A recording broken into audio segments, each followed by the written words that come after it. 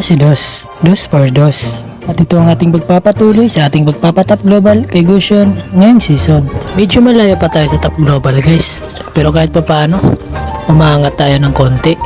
Sa ngayon, meron tayong 2023 MMR dito kay Gusion at top 9 barangay na tayo guys. We are not done yet. I won't let you have it that easy. 俺一人で十分だ。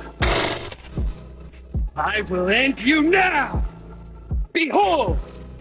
Every week nga pala guys, papakita ko sa inyo yung progress natin, kung nakakailang matches na ba tayo or ilan na yung MMR natin. So tara, samahan nyo ako magpa-top global ngayong season. Medyo liyado nga pala kami sa picking dito guys, kasi kita nyo naman yung room namin alpha.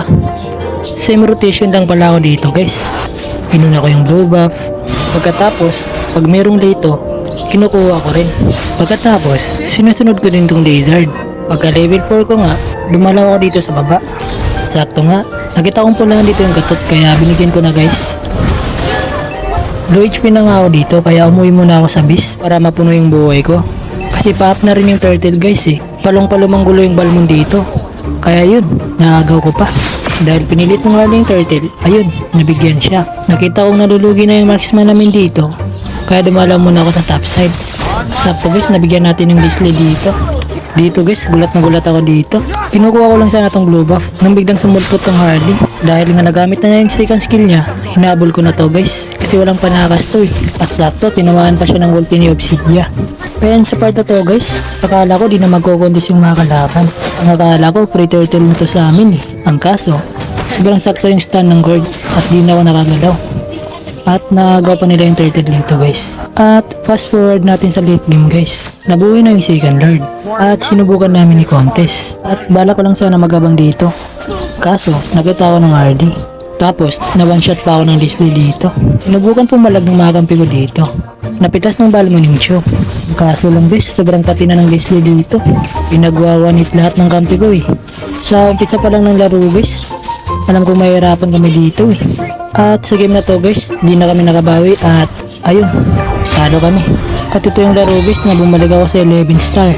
Huwag kayong maguluhan guys ha, kung minsan bawas yung star ko or minsan nadadagdagan. Kasi may mga oras talaga guys na di ko ginagamit si Gusion. Lalo na pag alam kong logi kami sa hero. At naglaro ulit ako. At sa laro na to guys, medyo hindi ako nahirapan. Kasi sobrang palong-palong mag-invade yung khalid namin dito. Sobrang hirap pa naman mag-farm pag in-invade ka ng isang khalid.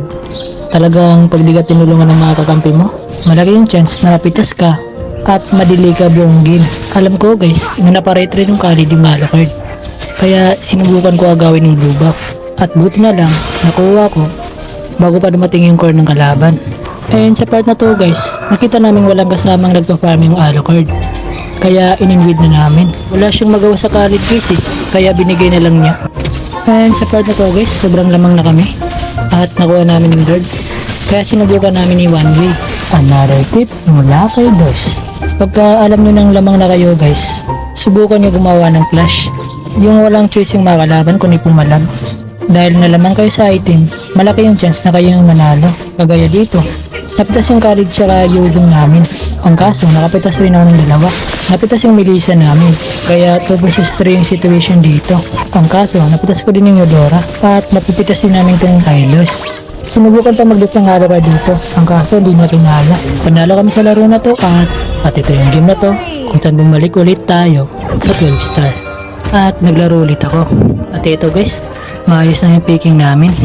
Sa bawat laro guys, same rotation lang ako. Inuna ko palagi yung blue buff. Sinusunod ko naman tong lizard. Marurunong yung kampi ko dito guys ha, kasi tinutulungan nila ako mag-farm. Pagka level 4 ko nga, lumalaw ako dito sa baba. Kasi pa-up na rin yung turtle guys eh. At buti na lang, nabigyan namin yung Yuzong. Kaso lang, naunahan kami sa positioning ng kalaban dito. Kompleto rin kasi sila dito guys, kaya nalogi kami sa turtle fight. Naubos kami dito guys, at dahil dun, tuluyang lumamang yung kalaban dito.